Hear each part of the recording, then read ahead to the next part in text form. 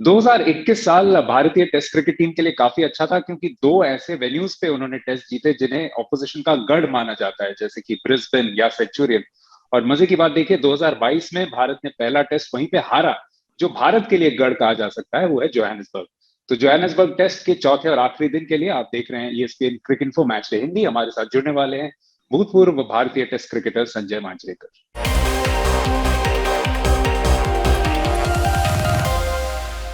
संजय, आपका बहुत बहुत स्वागत है। उम्मीद के अनुसार ये रिजल्ट नहीं रहा और सीधे चलते हैं मैच पॉइंट पे। पहला जो है कि पहले घंटे में मैच का जो जितना भी पकड़ था भारत का वो हाथ से छूट गया, क्योंकि 13 ओवर में 56 रन बना दिए साउथ अफ्रीका ने बिना कोई विकेट खोए। जी हाँ, और उसका कारण ये था कि इंडिया ने बहुत स्टंप्स में गेंदबाजी की, जो थियरी में अच्छी होती है, लेकिन जब आपके पास 400-500 रन हो, तो फिर वो रणनीति ठीक होती है। जब आपके पास केवल 240 रन डिफेंड करने होते हैं, तो रन रोकना भी थोड़ा-सा इम्पोर्टेंट बन जाता है। बारिश की वजह से मुझे लगता है कि बल्ले पे गेंद बेहतर आने लगी, बल्ले से निकल भी अच्छी रही थी, तो वो भी थोड़ा-सा हैम्पर किया भारत को। और शामी और बुमराह जो हमारे दिग्गज 2 सीमर्स हैं, उनके लिए टेस्ट मैच ठीक नहीं रहा, कुछ ज़्यादा उनको मदद पिच से नहीं मिली और ये कारण था। लेकिन सबसे बड़ी बात जो मैं मुझे लगी, जिस तरह के लाइन्स इंडियन बॉलर ने डाले, एक भी बॉल आज मुझे याद नहीं है जो ऑफ स्टंप के बाहर डाला हो। यहाँ पर एक एडवांटेज ये होता है कि रन्स इतने आसान नहीं होते करने के लिए, और एक अलग चैलेंज भी बल्लेबाजों को मिलता है कि ये बॉल खेले या छोड़े, स्पेशली बुमराह। जी हाँ, विकेट के दोनों तरफ गेंदबाजी भी हुई, लेकिन फिर बल्लेबाज को रन भी बनाने पड़ते हैं। और यही है दूसरा पॉइंट कि एल्गर ने बहुत शानदार पारी खेली, कप्तानी पारी खेली। पहले पारी में भी वो डट गए थे क्रीज में, लेकिन यहाँ पे जरूरत थी पूरे एंड तक लगभग चेज को देखने की, और वही उन्होंने किया। 96 रनों की बहुत शानदार पारी, और वैंडर डसन के साथ जो उनका पार्टनरशिप था वो काफी क्रूशल रहा। और वो मुझे लगता है फर्क था दोनों टीमों में, कि साउथ अफ्रीका के पास एक बल्लेबाज ऐसा था उसी पिच के ऊपर जिसने सिर्फ 50 रन नहीं बनाए, 50 के आगे चले गए। और भारत की तरफ से वो एक कमजोरी रही कि 3 बार बल्लेबाज 50 के पास पहुंच गए, राहुल, पुजारा और रहाणे, लेकिन उसके बाद 90 या 100 रन कोई बना नहीं पाया। डीन एल्गार ने दिखाया कि अगर आप 50 के बाद कैरी ऑन करके ऐसे रन जब बनाते हो, तो फिर टीम को बहुत ज्यादा फायदा होता है। और वो मुझे लगता है एक बहुत बड़ा फर्क था दोनों टीमों में, कि उनके पास एक बल्लेबाज ऐसा था जिसने 90 रन बनाया, और भारत के पास कोई भी बल्लेबाज नहीं मिला उनको इस टेस्ट मैच में जो जाके 100 रन या 80-90 रन बनाए। जी हाँ संजय, ये तो एक फर्क था ही। दूसरा एक और बहुत बड़ा फर्क था भारतीय टीम में कि विराट कोहली कप्तान नहीं थे और टीम में भी नहीं थे। इसी वजह से केएल राहुल को कप्तानी करनी पड़ी। तो यहाँ पे तुलना जरूर की जाएगी और थोड़ा सा अनफेयर भी होगा, क्योंकि केएल राहुल के लिए बिल्कुल उनका पहला टेस्ट मैच था, उसमें भी एक उनके काफी प्रमुख बॉलर घायल हो गए। लेकिन आप उनकी कप्तानी को कैसे यहाँ पे परखेंगे? मुझे लगता है कि उन्होंने कप्तानी ठीक-ठाक की, बॉलिंग चेंजेस उनके जैसे एक्सपेक्ट कर रहे थे वैसे थे, प्लेइंग 11 भी अच्छा चुना उन्होंने। शायद लाइन्स के बारे में मैं कहूँगा कि अगर ऑफ स्टंप के बाहर डालते तो वो थोड़ा बेहतर लाइन होता। विकेट्स मिलते हैं लेकिन उतनी जल्दी नहीं, लेकिन रन्स इतने नहीं जाते। तो ये जो लाइन जो भारत ने अटैक की लाइन जो रखी थी, वो केएल राहुल की रणनीति थी या टीम मैनेजमेंट की थी, हमें पता नहीं। लेकिन वो उनको देखना होगा, और वो मुझे लगता है एक बड़ी गलती हो गई, क्योंकि रन बहुत आसानी से मिले इस पिच के ऊपर। अगर ऑफ स्टंप के बाहर रखते, तो इतने आसानी से रन नहीं मिलते, और विकेट तो मिलने ही वाले थे, लेकिन रन्स कम जाते। तो अगर वो उनकी रणनीति थी, तो शायद वो एक गलती थी। लेकिन उसके अलावा मुझे नहीं लगता कि कोई बड़ी कमजोरी या कुछ डिसअपॉइंटिंग उनके कप्तानी के बारे में दिखाई दिया।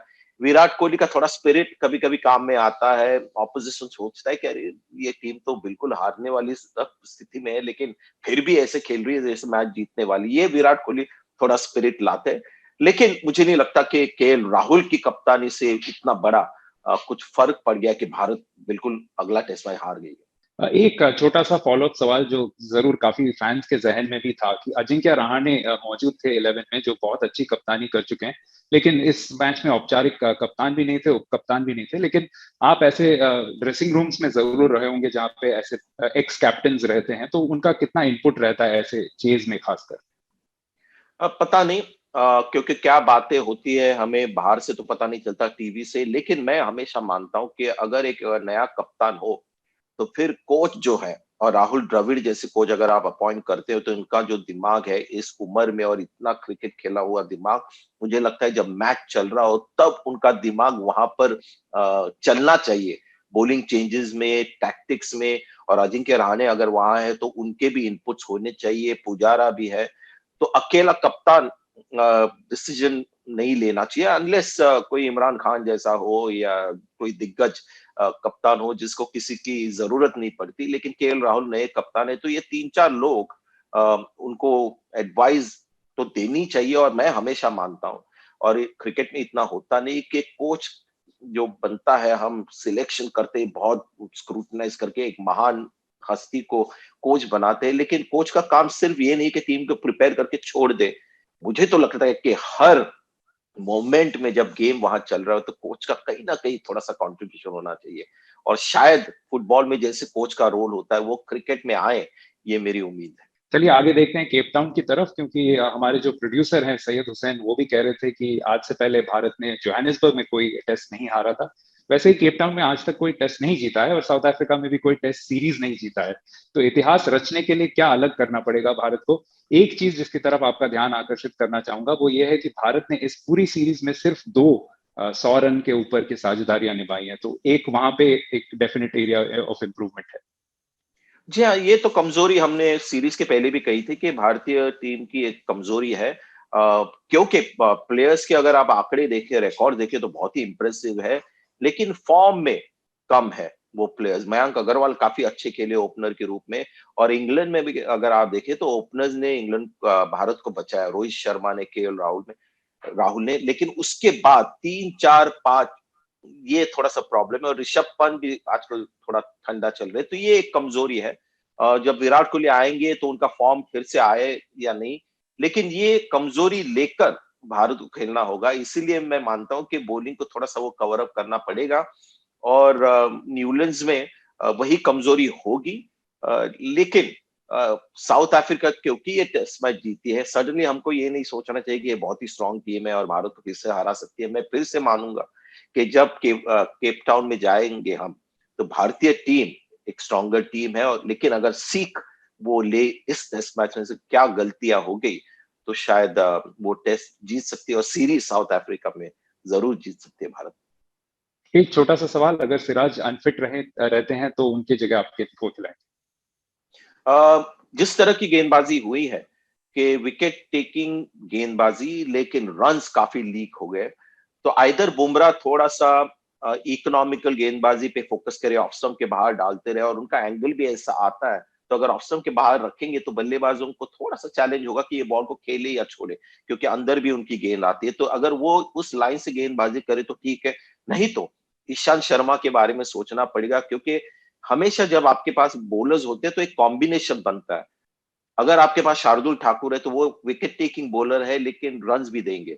सिराज भी उसी तरह विकेट की खोज में रहते हैं, रन देते हैं, और शमी भी उसी तरह है। और अगर बुमराह भी वैसे बने तो 4 बॉलर आपके पास ऐसे हैं जो रन्स देकर विकेट्स लेंगे। लेकिन टेस्ट मैच में कभी-कभी आपको सिर्फ कंट्रोल चाहिए होता है, पेशेंस चाहिए होता है, जब स्कोर्स बड़े नहीं होते। तो वहां पर कहीं ना कहीं मुझे लगता है ईशांत शर्मा फिट हो सकते हैं उस रोल में, है अपने प्राइम में नहीं है, लेकिन उनकी बॉलिंग स्टाइल शायद इस कॉम्बिनेशन में थोड़ी सी फिट हो जाएगी। चलिए तीसरे और अंतिम टेस्ट के लिए उम्मीद करेंगे कि आपका भी साथ रहेगा। ESPN cricinfo.com/hindi पर थैंक लाइव गेंद दर गेंद कमेंट्री शुरू होगी 12:30 बजे सब भारतीय समय अनुसार 11 जनवरी से। आपका बहुत बहुत शुक्रिया संजय।